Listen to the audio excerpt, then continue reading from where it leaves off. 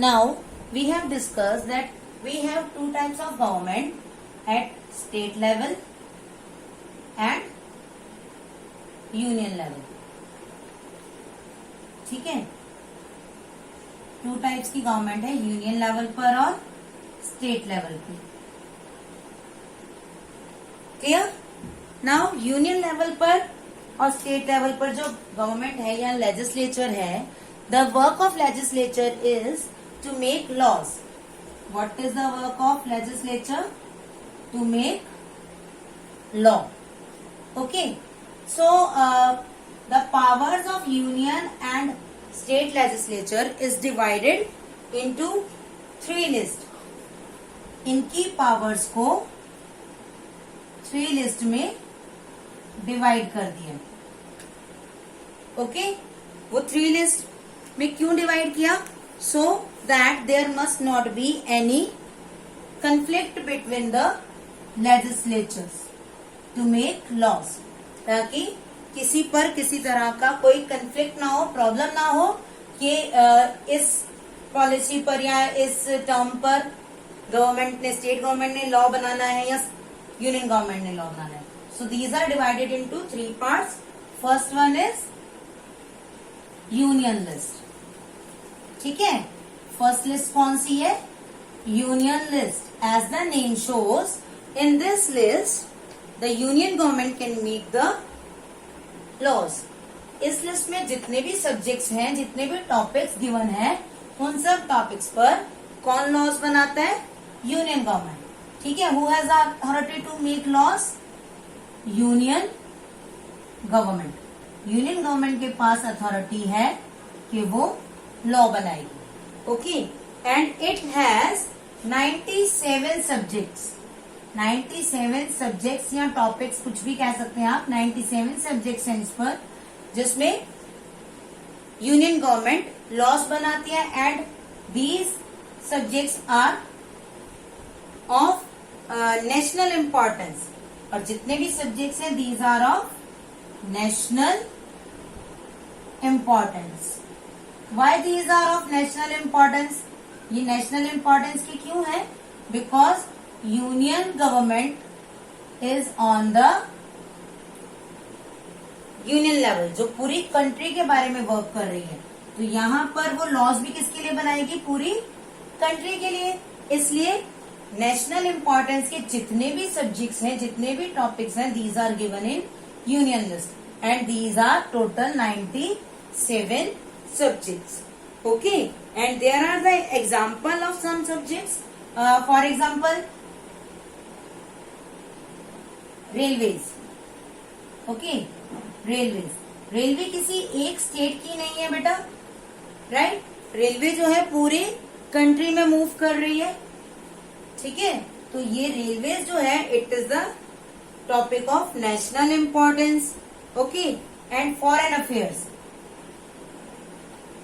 Foreign affairs means, अब Haryana government तो USA की गवर्नमेंट से बात नहीं करेगी ना कि हमें ट्रेड वर्क के लिए हेल्प की जाए या हमारे लोगों को हेल्प की जाए, या चाइना हम पे अटैक कर रहा है तो हमारी हेल्प की जाए. तो who will discuss about this?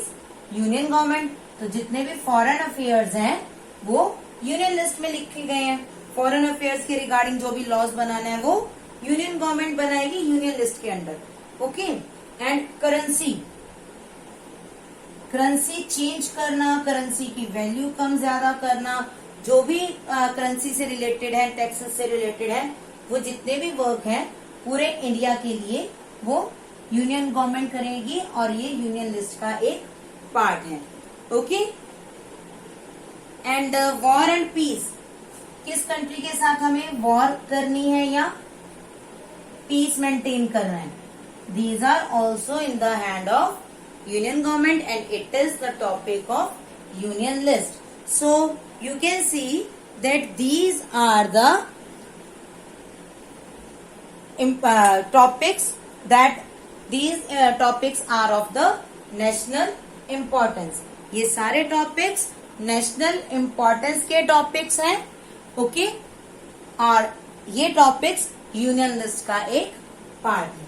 Okay, and the Second list is state list. Now, as the name shows, state list. क्या पता चल रहा है आपको स्टेट लिस्ट से? State list means the subjects that are given in this list, उन पर कौन बनाएगा लॉज? स्टेट गवर्नमेंट या स्टेट लेजिस्लेचर. ठीक है, state legislature can make the laws on the subjects that are given in state list. Clear? So how many subjects in this?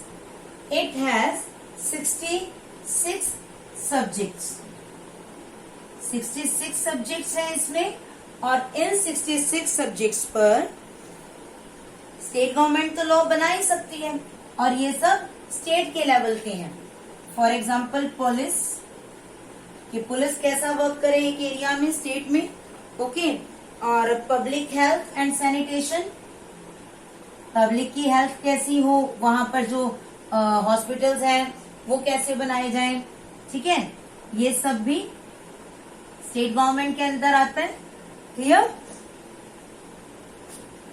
And roadways, हमारी जो roadways हैं, आपने देखा होगा हरियाणा रोडवेज लिखा होता है उन पर. अगर वो पंजाब की है तो पंजाब रोडवेज लिखा हुआ है. ठीक है, तो ये जो रोडवेज हैं ये सब भी स्टेट लिस्ट के अंदर आते हैं.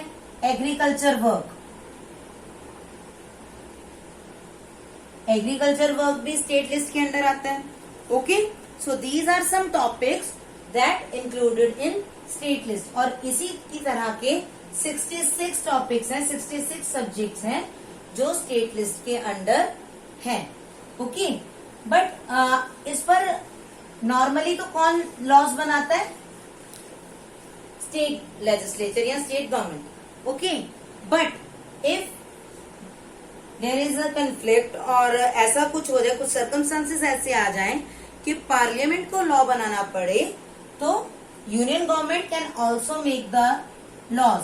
जो यूनियन लेजिस्लेचर है वो भी स्टेट लिस्ट पर, स्टेट लिस्ट के टॉपिक्स पर लॉज बना सकता है. ओके, और स्टेट लिस्ट के टॉपिक्स पर जब वो लॉज बनाता है तो किसकी मानी जाएगी? यूनियन लिस्ट जो है वो पावरफुल है. ठीक है, एक किसी भी टॉपिक पर यूनियन लेजिस्लेचर ने भी लॉज बना दिए और स्टेट लेजिस्लेचर ने भी लॉ बना दिए. ओके, तो अब इन दोनों में से किसका लॉ आगे एग्जीक्यूट किया जाएगा? यूनियन लेजिस्लेचर का, because it is for the benefit for the whole country. जो यूनियन लेजिस्लेचर के अंडर आएगा वो पूरी कंट्री के लिए बेनिफिशियल होगा. तो इसलिए जो लॉ यूनियन लेजिस्लेचर ने स्टेट लिस्ट के टॉपिक पे बनाया है उसी को फॉलो किया जाएगा, और स्टेट लेजिस्लेचर का रूल फॉलो नहीं होगा. क्लियर? ये कभी कभी होता है इन सम एक्स्ट्रा ऑर्डिनरी सर्कमस्टांसेस, कुछ ज्यादा ही अलग हो जाए तब ऐसा होता है. अदरवाइज स्टेट लिस्ट के सब्जेक्ट्स पर स्टेट लेजिस्लेचर ही लॉ बनाता है. Okay, the third one is, the next is concurrent list. Okay, तो कंकरेंट लिस्ट क्या है? जो टॉपिक्स यूनियन और स्टेट दोनों लिस्ट में नहीं है वो कंकरेंट लिस्ट में है. ओके, तो कंकरेंट लिस्ट में टोटल कितने टॉपिक्स हैं? There are 52 subjects. ठीक है, 52 सब्जेक्ट्स हैं कंकरेंट लिस्ट में. एंड कौन कौन से आते हैं इसमें? Like marriage, divorce. ठीक है, मैरिज है, डाइवोर्स है, प्रॉपर्टी का जो केसेस हैं. ठीक, such type of cases are included in concurrent list. इस तरह के केसेस कंकरेंट लिस्ट में इंक्लूड किए जाते हैं. Okay, parliament as well as legislature both में मेक लॉज. इन पर लॉज कौन बनाता है?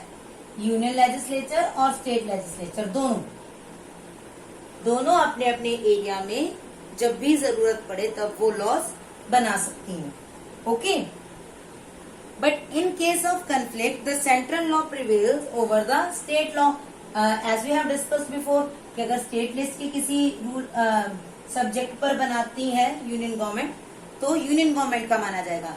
Here is also concurrent list में जो टॉपिक्स गिवन है 52, उन पर दोनों बना सकती हैं. बट अगर एक ही टॉपिक पर स्टेट लिस्ट और यूनियन लिस्ट दोनों ने बना दिया तो माना किसका जाएगा? जो स्ट्रांग है. और स्ट्रांग कौन है? यूनियन. ठीक है, यूनियन स्ट्रांग है हमारे इंडिया में, तो जो लॉ यूनियन लेजिस्लेचर बनाएगा उसी लॉ को एग्जीक्यूट किया जाएगा. Okay okay. Now there are some other topics that are not included in all 3 list. ऐसे भी टॉपिक्स हैं जो इन तीनों लिस्ट में नहीं है. वो टॉपिक कहाँ जाएंगे अब? तो वो टॉपिक्स कहाँ है? रेजिड्यूरी सब्जेक्ट में. कहां पर? Residuary subjects. Which type of topics in this? Residuary subjects में कौन से टॉपिक्स आते हैं? इन residuary subjects we have taken the topics or the subjects those are not at the time of the formation of constitution. जिस time पर constitution form किया गया था उस टाइम पर ऐसे कोई भी सब्जेक्ट्स नहीं थे, उस चीज का हमें पता ही नहीं था, तो हम उसको किसी लिस्ट में कैसे लिखते? फॉर एग्जाम्पल इंटरनेट, जो हैकिंग होती है या जो साइबर क्राइम्स होते हैं, ठीक है, तो ये साइबर क्राइम, हैकिंग, नेट से जितनी भी प्रॉब्लम्स हैं. अब when we got independence at that time there was no such problems. ऐसी कोई प्रॉब्लम नहीं थी. तब तो हमारे कंट्री में कंप्यूटर ही नहीं था, है ना? कंप्यूटर ही नहीं था हमारे पास, तो फिर इंटरनेट और साइबर क्राइम की तो बात ही छोड़ दीजिए. तो ये टॉपिक्स जो नेट के हैं या इंफॉर्मेशन टेक्नोलॉजी से रिलेटेड है, तो ये सब टॉपिक्स हमने रेजिड्यूरी सब्जेक्ट्स का एक पार्ट बना दिया. एक नई लिस्ट कह लीजिए फॉर्म हो गई रेजिड्यूरी सब्जेक्ट्स के नेम से, और जितने भी न्यू प्रॉब्लम्स आती जा रही हैं वो इसमें हम इंक्लूड कर रहे हैं. ओके, तो यहाँ तो मैंने एग्जांपल दिया आपको इंटरनेट और साइबर क्राइम का. जितने भी सॉफ्टवेयर और हार्डवेयर से रिलेटेड है या और भी कोई न्यू टर्म्स हैं, वो सब हम रेजिड्यूरी सब्जेक्ट्स में इंक्लूड करते हैं. ओके, और इन पर भी कौन लॉज बनाता है? Union list only. Only union legislature can make law in these subjects. तो रेजिड्यूरी सब्जेक्ट्स हैं बिकॉज द सेम थिंग कि यूनियन जो है वो पूरी कंट्री के वेलफेयर के लिए वर्क कर रही है और it is a strong part. तो यूनियन लेजिस्लेचर ही रेजिड्यूरी सब्जेक्ट्स पर क्या करता है? लॉज बनाता है. Okay, so this is about the division of powers between union and state. 3 list हमने काउंट की है. कौन कौन सी? Union list, state list and concurrent list, and the fourth one is residuary subjects. Okay, I hope आपको ये proper समझ आया होगा. ठीक है, तो इसके लिए आपको बेटा रीड करना है पेज नंबर 208 एंड 209. क्लियर? तो 208 और 209 पेज आप रीड करेंगे, आपको सब क्लियर हो जाएगा. And firstly you have to watch the video. Okay, so that's it for today. और बाकी नेक्स्ट हम नेक्स्ट अपने वीडियो में कवर करेंगे. Thank you.